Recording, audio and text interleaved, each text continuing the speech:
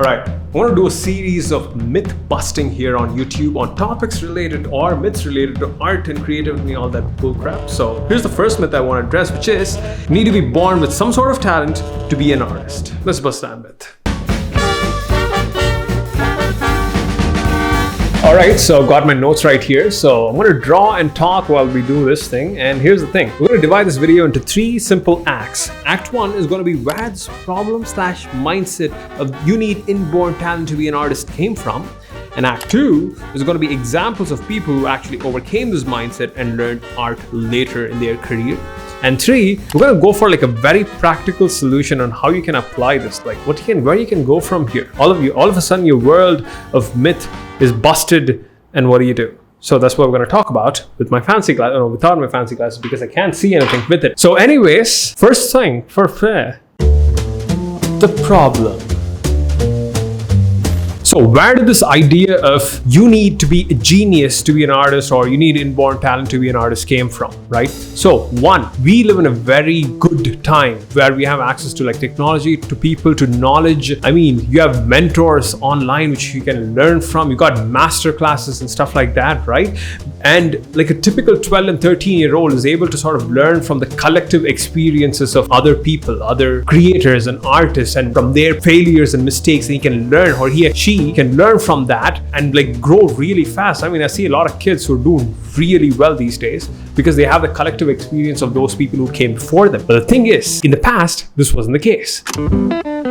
Back in the 50s, the 60s, the 70s, the 80s, this wasn't the case. People did not have access to mentors or to education or like the right kind of information. People had this all or nothing mentality. Either be a genius, get things done, or you're not.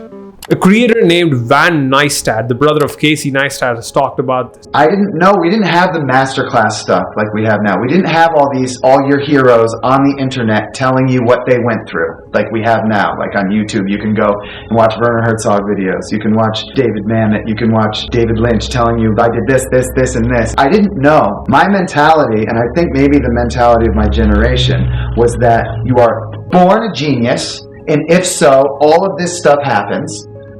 Or you're this smart, and if so, this stuff happens, and it's all natural talent.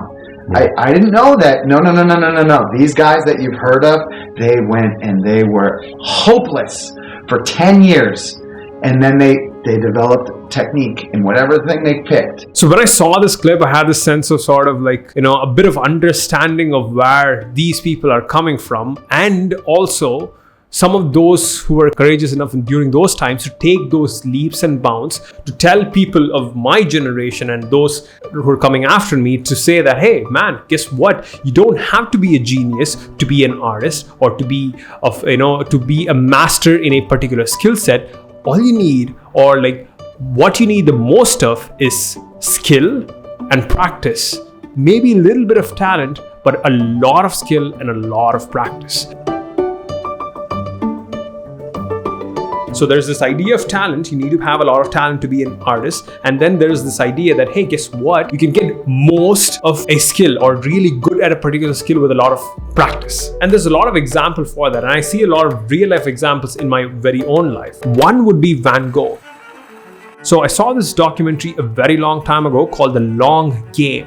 And the whole point of that documentary was this idea of being good at something or making it comes not early in life for most people, but in later parts of life. You are getting good at something or you make it at the later parts of life. Hence the name of the documentary, The Long Game. And he talks about Van Gogh, how he started art late in his career. I mean, in later ages. I don't exactly remember the specifics. I'll just link it down below. Just go and watch that stuff. But I remember this whole idea. Van Gogh was starting out in art very late. He was really bad at it for a very long time. He wasn't able to sell paintings. Heck, he died broke, right? Even after he was sort of quote unquote good. He wasn't able to sell a lot of his artworks early stages of life, and he was still continuing to do it because he had some inclination towards it. As he kept on doing that particular thing, he was able to develop some sort of this quote unquote passion for that thing. Hence, he was able to get from mediocre to good. He was able to really look at the very specifics of art, the kinds of colors that he uses, the processes that he used to paint his paintings. And he was so obsessed with all these intricate details that comes as a result of trying to pursue mastery in a particular skill set. And he produced some of his masterpieces, right? Only later in his life.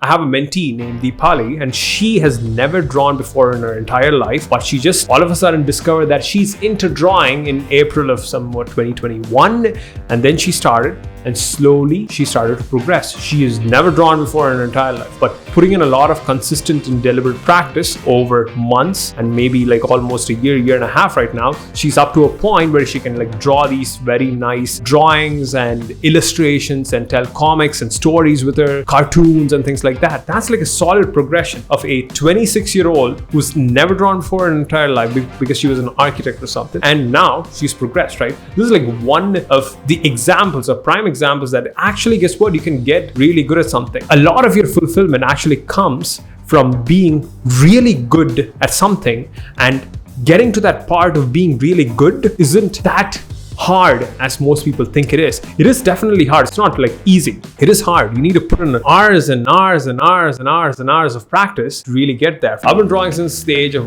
3 or 5, I don't know, approximately around that time. I started drawing since then, but I've not been very deliberate with it. I was just drawing here and there like a kid. But the one thing that differentiated me from other people who were also drawing as a kid but who are not drawing right now is they didn't continue to do it. I just continue to do it. I've been continuing to do that thing for a very long time. I remember going to my computer science teacher one day and told her, hey, I need a leave tomorrow. I need a holiday tomorrow. It's like, why? And it's like, I need to go home and draw. I literally told her that.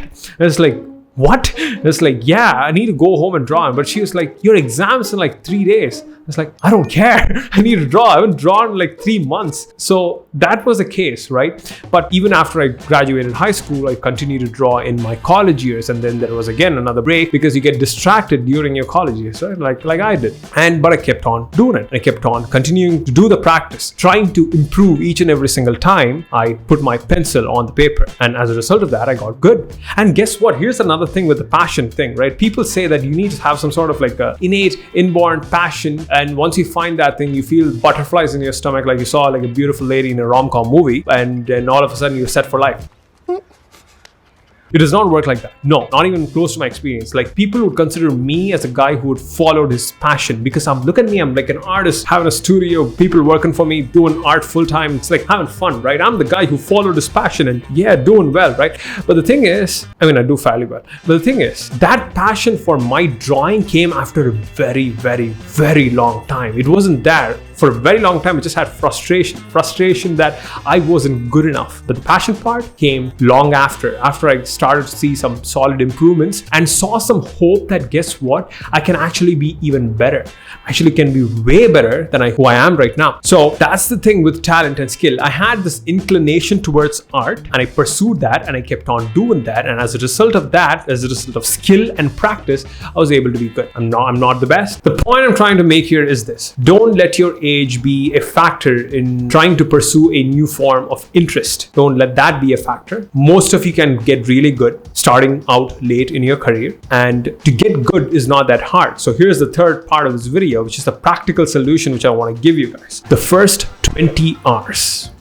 So there is this author named Josh Kaufman, hopefully I'm pronouncing his name right, and he wrote this book called The First 20 Hours, How to Learn Anything Fast. And he suggests this idea, which I actually kind of subscribe to. I've experienced that idea personally in earlier parts of my drawing practice. And when I saw this book and his TED Talk, it really confirmed all of these things. He was like, you can get good at a very small specific skill set in a very short period of time, which is, you can get good at that in the first 20 hours. And that means all you need to do is just practice, say, 20 minutes a day for 60 days or 66 days. I don't know how long. I'd say go for 100 days, right? More the better. But let's say you want to get good at, say, cartooning, something very specific, cartooning heads, or sketching houses on your sketchbook. See how very specific I'm being? Or let's say you want to get good at rendering people's faces. There's that. Or you want to get good at, say, painting flowers with watercolors. The more specific you are, the faster your results will be and the farther you can get. So all you need to do is just choose that very specific skill set and then practice for the first 20 hours. Not in a continuous fashion. Let's say, don't take a day and just, hey Chris, I'm going to draw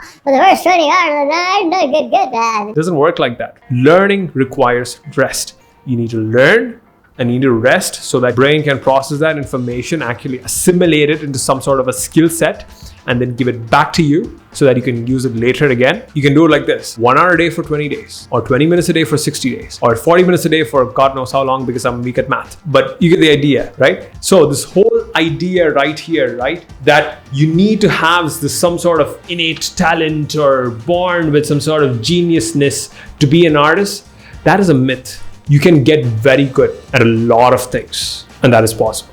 So that is the end of this little talk. And also, I have a 100-day program called Drawing Camp, which is 20 minutes a day for 100 days. Now you know where all these things come from. It came from behavior psychology, habit psychology, and all that stuff. So you have this program. If you want to learn drawing, 20 minutes a day, show up for 100 days, you will get good. Links for that are down below the description.